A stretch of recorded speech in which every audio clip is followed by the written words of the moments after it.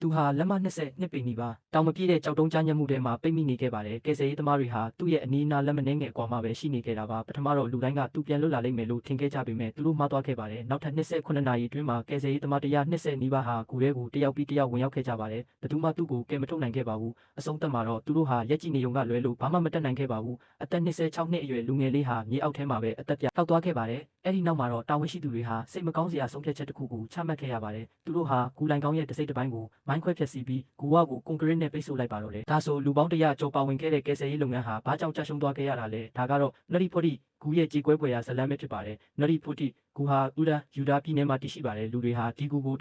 1960ခုနှစ်မှာစတင်တွေ့ရှိခဲ့ကြတာပါ။အပြင်ဘက်ကနေကြည့်ရင်တော့အန္တရာယ်မရှိသလိုထင်ရပေမဲ့အတွင်းထဲမှာတော့လုံးဝကွဲပြားခြားနားပါတယ်။ဂူထဲမှာကျင်းမြောင်းတဲ့အကွေ့ကောက်တွေတွားသွားရတဲ့နေရာချင်းလေးတွေနဲ့လမ်းပိတ်နေတဲ့လမ်းကြောင်းတွေပြည့်နှက်နေပါတယ်။အချို့နေရာတွေဆိုရင်လူတစ်ယောက်စာပဲမနှဲဆန်းတဲ့အထိကျင်းမြောင်းလာပါတယ်။နှစ်အတော်ကြာအောင်ဒီဂူဟာလေ့ကျင့်ရေးဆင်းမှုနာမည်ကြီးတဲ့နေရာတစ်ခုဖြစ်ခဲ့ပါတယ်။ကင်းထောက်လူငယ်တွေလာကြတယ်ကောလိပ်ကျောင်းသားတွေလာကြတယ်ပိတ်ရက်တွေမှာစွန့်စားကျင်သူတွေလာကြပါတယ်။လူအများစုကဒါကိုဂူစူးစမ်းလေ့လာသူအသစ်တွေအတွက်တင့်တော်တဲ့ဂူလို့သတ်မှတ်ခဲ့ကြပေမဲ့ဒီဂူမှာအတိတ်သမိုင်းဆိုးတစ်ခုရှိနေခဲ့ပြီးသားပါ1996ခုနှစ်နဲ့2004ခုနှစ်ကြားမှာပြင်းထန်တဲ့မတော်တဆမှုတော်တော်များများဖြစ်ပွားခဲ့ပါတယ်။လူ6ယောက်ပိတ်မိခဲ့မှုပါတယ်။နောက်ဆုံးမှာတော့တာဝန်ရှိသူတွေကဂူကိုပိတ်ပစ်ခဲ့ပါတယ်။အဲ့ဒါက2006ခုနှစ်မှာပါဒါပေမဲ့ဂူစူးစမ်းသူတွေကဂူပြန်ဖွင့်ပေးဖို့တောင်းဆိုခဲ့ကြပါတယ်။2009ခုနှစ်မေလမှာတာဝန်ရှိသူတွေကသဘောတူခဲ့ပါတယ်။ဒါပေမဲ့6လကြာမှာတော့အရာအလုံးပြောင်းလဲသွားခဲ့ပါပြီ2009ခုနှစ်နိုဝင်ဘာလမှာအသက်26နှစ်အရွယ်ဆေးကျောင်းသား John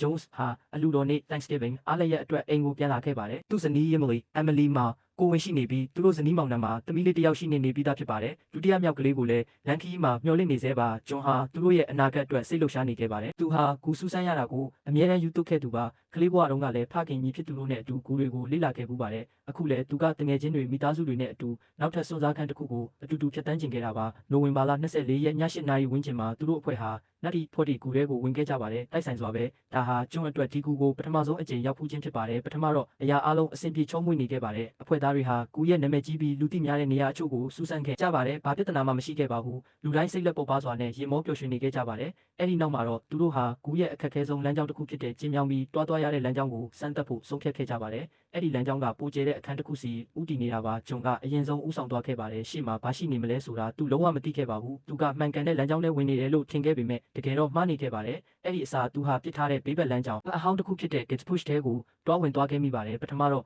့ဒါဟာပုံမှန်အတိုင်းပါပဲအန္တရာယ်ရှိပုံမပေါ်ခဲ့ပါဘူး။အဲ့ဒီနောက်မှာတော့လမ်းကြောင်းဟာအောက်ဖက်သို့မက်ဆောက်စွာဆောင်းဆင်းသွားပြီးလမ်းပိတ်သွားခဲ့ပါတယ်။ဂျွန်ကတော့ဆက်သွားနေခဲ့ပါတယ်။နှစ်ပေါင်းများစွာအတွေ့အကြုံတွေကသူ့ကိ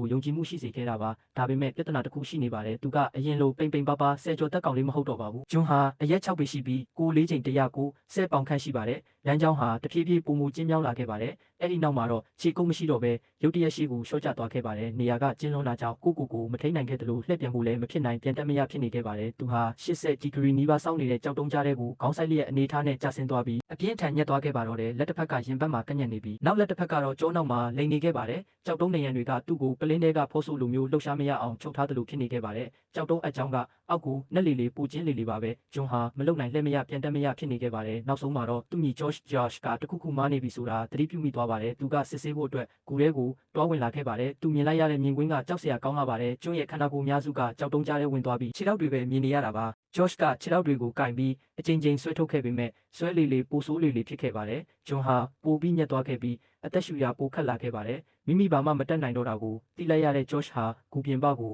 အမြန်ပြေးထွက်ပြီး911ကိုဖုံးဆက်အကူအညီတောင်းခဲ့ပါတယ်။မကြခင်မှာပဲအကြီးစားကယ်ဆယ်ရေးလုပ်ငန်းစတင်ခဲ့ပါတော့တယ်။လမ်းကြောင်းကကျင်းလွန်းတာကြောင့်ကယ်ဆယ်ရေးသမားတွေဟာကျွန်းစီရောက်ဖို့တောင်အခက်အခဲဖြစ်ခဲ့ကြပါတယ်။အစောဆုံးဝင်ရောက်နိုင်ခဲ့သူတွေထဲကတဦးကတော့စူဇီရှစ်စီလို့ခေါ်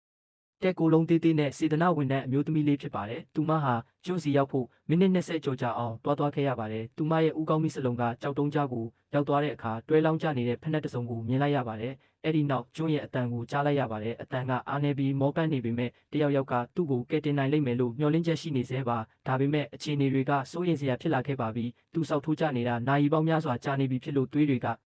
ဦးကောင်းစီစီးဆင်းနေပြီးခန္ဓာကိုယ်ပေါ်ပြင်းထန်တဲ့ဖိအားတွေတက်ရောက်နေခဲ့ပါတယ်။သူဟာစိတ်ရှုပ်ထွေးလာပြီးအရာကိုမေ့လျော့ကရှင်းလင်းမတွေးတောနိုင်တော့ပါဘူး။ကယ်ဆယ်ရေးသမားတွေနီလန်မျိုးစုံသုံးခဲ့ပေမဲ့ဘာမှအဆင်မပြေခဲ့ပါဘူး။မနေ့ရောက်တော့ဂူအပြင်ဘက်မှာလူ100နီးပါးစုဝေးနေခဲ့ကြပါပြီ။မိသက်သမားတွေရဲဝန်ထမ်းတွေဆေးဘက်ဆိုင်ရာကျွမ်းကျင်သူတွေစေတနာဝန်ထမ်းတွေလူတိုင်းကူညီချင်ကြပါတယ်။ဒါပေမဲ့ကြီးမားတဲ့ပြဿနာတစ်ခုရှိနေပါတယ်။အဲ့ဒါကတော့သူ့စီကိုဘယ်သူမှရောက်အောင်မသွားနိုင်တာပါ။ဘယ် ပြီးတော့ဘလို့ဆက်ရန်တရားကြီးတွေကိုမှလည်းကူလဲတည်သွားလို့မရပါဘူး။ဒါကြောင့်ကယ်ဆယ်ရေးသမားတွေကပူလီဖိုးစနစ်တစ်ခုကိုတိစောက်ခဲ့ကြပါတယ်။အိုင်ဒီယာကတော့ရိုးရှင်းပါတယ်။ကျိုးတွေနဲ့စက်မှုအားကိုသုံးပြီးသူ့ကိုဖြည်းဖြည်းချင်းဆွဲထုတ်ဖို့ပါပဲ။ဒါပေမဲ့တိစောက်ဖို့ကြတော့တက္ကနာပါကရိယာအစိပ်ပိုင်းတိုင်းကိုကျင်းမြောင်းတဲ့လမ်းကြောင်းတွေထဲကနေလက်နဲ့ပဲမနှဲတည်ဆောင်ခဲ့ရပါတယ်။ကယ်ဆယ်ရေးသမားတွေအလုပ်လုပ်နေတော့ကျွန်းရဲ့အခြေအနေကပိုဆိုးလာခဲ့ပါတယ်။ရင်ဘက်ကဖိမိနေပြီးအသက်ရှူနှုန်းနှေးလာကခန္ဓာကိုယ်ကလက်လျှော့လာခဲ့ပါပြီ။ဝါရင်ကူကယ်ဆယ်ရေးသမားရိုင်ယန်ရင်ကကျွန်းနားမှာရှိနေပေးခဲ့ပါတယ်။သူကကျွန်းကိုရေးတိုက်တဲ့စကားပြောခိုင်းတဲ့အိမ်မပျော်သွားအောင်ထိန်းပေးထားပါတယ်။တစ်ချိန်မှာတော့ကယ်ဆယ်ရေးသမားတွေကကျွန်းကိုရေဒီယိုစကားပြောဆက်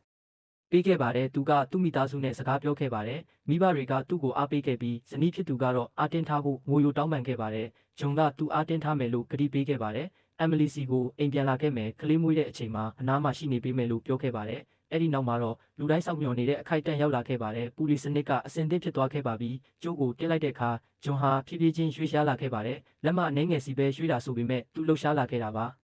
ပထမဆုံးအကြိမ်ဖြစ်ကယ်ဆယ်ရေးသမားတွေမျှော်လင့်ချက်အစစ်အမှန်ကိုခံစားခဲ့ရပါတယ်။ဒါပေမဲ့အရာအလုံးပျက်စီးသွားခဲ့ပါတယ်။ပူလီကိုထိန်းထားတဲ့ကြောက်တုံးကရုတ်တရက်ကျိုးပဲ့သွားခဲ့ပါတယ်။ကြောက်စုပြုတ်ထွက်သွားပြီးစနစ်တစ်ခုလုံးပြိုလဲသွားခဲ့ပါတယ်။တန်ပူလီလုံးဟာလိုင်ကောင်းထဲကိုလွင့်စင်လာပြီးရိုင်ယန်ရဲ့မျက်နှာကိုပြင်းထန်စွာရိုက်မိခဲ့ပါတယ်။သူတရားပြင်းထန်စွာရရှိသွားခဲ့ပြီးအပြင်ကိုထွက်ခွာခဲ့ရပါတယ်။ဂျွန်ကတော့အရင်ကထပ်ပိုပြီးကြောက်တုံးကြားတဲ့ကိုစောက်ထိုးပြန်လဲကျဆင်းသွားခဲ့ပါတယ်။အဲ့ဒါဟာအချိုးအကွေ့ပါပဲကယ်ဆယ်ရေးသမားတွေစက်ကြိုးစားခဲ့ကြပေမဲ့အချိန်ကကုန်ဆုံးလို့နေပါဖြစ်နေပါပြီ။